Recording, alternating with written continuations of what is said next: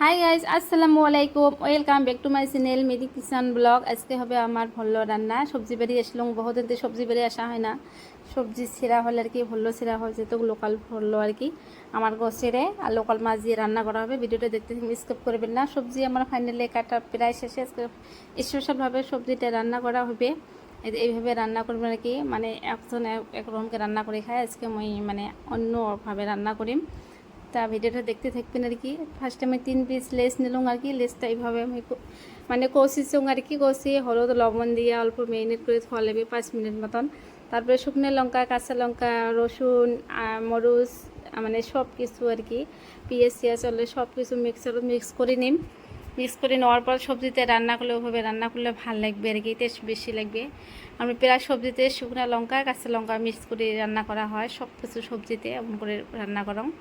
এলাম আমি মানে ভল্লটা অল্প ভাজা ভাজা করে নিম আর কি, লবণ হলুদ আর তেল দিয়ে আর কি। অল্প ভাজা ভাজা করে নিলে সবজিটার টেস্ট আরও বেশি হয়। যেহেতু সবজিটা আমি অন্যরকম করে কাটা হয়েছে, দেখো মানে দোফালা আর কি করে কাটা হয়েছে। এলা ওই কড়াইতে অল্প অল্প পরিমাণ তেল দিয়ে দিলাম, সেহেতু সবজিটা অল্প রান্না করা হবে। অল্প তেল দিয়ে দিলাম, হলুদ লবণ মরিচ সব কিছু আর কি, ছেলে বাটা মশলা সব কিছু দিয়ে দিলাম আর কি। এলা মানে কিটা কষান করা হবে, পুরা কষান করা হবে। আমার ফাইনালি কষানো হয়ে গেল। এলাম আমি মাছটা দিয়ে দিই। এদের লেস চিনতে ভাজা টাজা করা হয় নাই আর কি, লেস চিনতে দিয়ে দাও। এদের লেস চিনতে কত সুন্দর কষান করা হয়, দেখো কালার কত সুন্দর লাগছে। এইভাবে মশলাটা কষে রান্না করলে বহুত টেস্টি লাগে। তোমার রান্না করে দেখতে পাবেন কত সুন্দর লাগে আর কি। আমি ঢাকনা দিয়ে 5 মিনিট ঢাকলে রাখলাম। আরও একটা কষান হয়ে গেল, আরও কষান করে কত সুন্দর হচ্ছে। এইভাবে মাছ যদি কষানো করে খাওয়া যায় তাও বহুত টেস্টি লাগবে। আর অল্প একটু মানে ময় মশলা যেটা পানিটা আছে ওটা একটু দিয়ে দিলাম। এটা তো দোয়াই লাগবে আর কি। দেখো কত সুন্দর কালার হচ্ছে। এইভাবে লেস রান্না করে খেতে বহুত ভাল লাগে, আর ভাজি করে রান্না করলেও ভাল লাগে। ফাইনালি আমার লেসটা হয়ে গেল কষানো। তাহলে আমি লেসটা অল্প তুলে থুম আর কি, যেহেতু ভালোভাবে কষানো হয়ে গেছে। তুলে খাওয়া হলে এলা দিলাম আমি ভলগুলো আর কি।